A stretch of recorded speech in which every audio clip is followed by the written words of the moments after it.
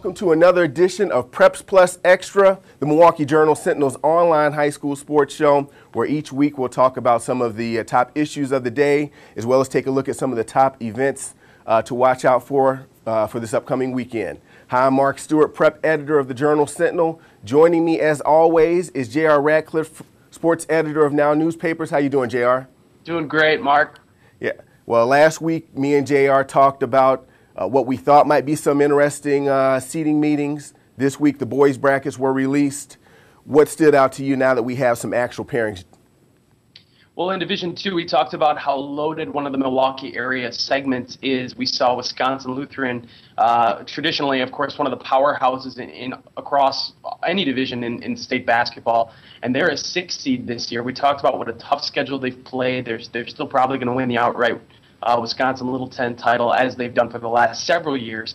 But that means they're going to have to play right away on that Tuesday, February 28th, in the first round, and not get a bye as many other teams did. In fact, all 5 of the seeds above them did in that segment of the bracket. So they'll have to take care of Cudahy, then they could face Pewaukee, the 3rd seed. It's just unusual to see Wisco ranked that low, and I'm sure a team like Pewaukee doesn't want to face them because that's a really good team. I think you could argue the best 6 seed out of any of the brackets in the state.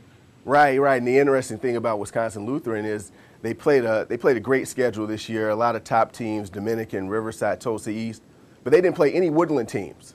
And in the seeding meeting, it might have been interesting if they could have had a Woodland team on their schedule to say, hey, this is how we compare against some of your teams in your league, and maybe that would have helped them in the seeding process.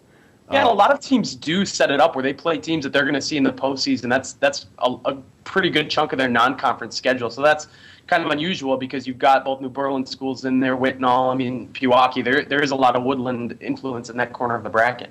Right. Division I, the West Dallas, I believe, no, it's the Racine Horlick sectional. The top half of that bracket was loaded as well. Milwaukee Riverside, Milwaukee King got the number 1 seed. Milwaukee Vincent was number 2.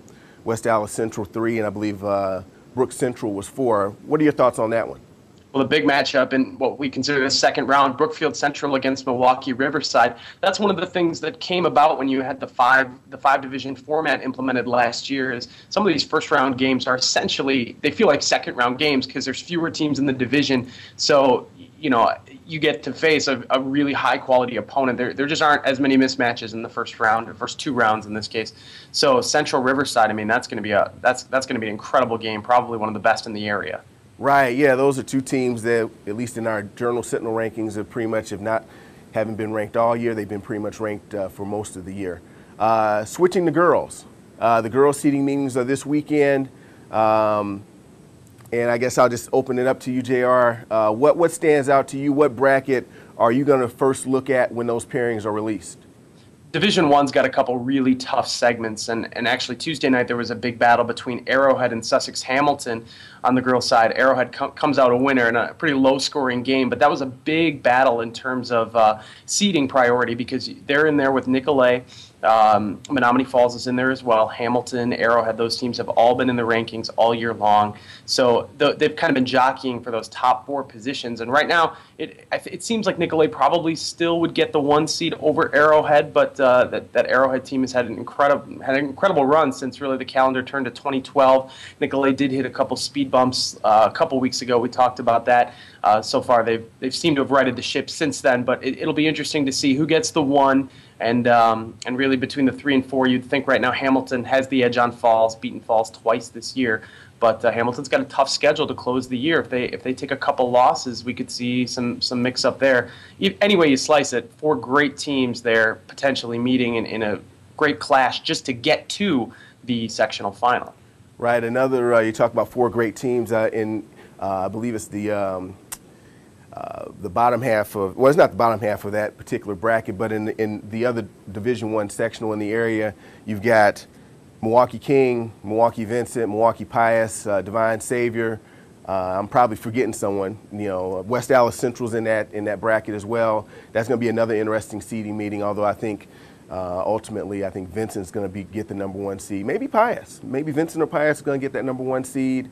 And then after that, it's going to be kind of up for grabs. Do you go for a Divine Savior that's been more maybe consistent over the course of the year, or a team like Milwaukee King that's, I think, is really dangerous at this stage of the year. So that's going to be another part of the bracket to watch out for. And King's got a great, I mean, they just beat Arrowhead, and that Arrowhead team has split with Pius this year, so you could argue King could try to sneak in for that 2 seed over a Pius team that's, you know, that's probably going to share the Classic A title. Just a lot of top flight teams in there as well. Right. Now, we're closing in on the end of February, and for all you wrestling fans out there, you know what that means. State Wrestling Tournament is this weekend in Madison at the Koval Center. Gosh, around the area, hundreds. There may be, you know, hundreds of kids from around the area who have qualified for state. Give me one name, JR, or 1 or 2 names that you're going to be watching out for and people should kind of pay attention to.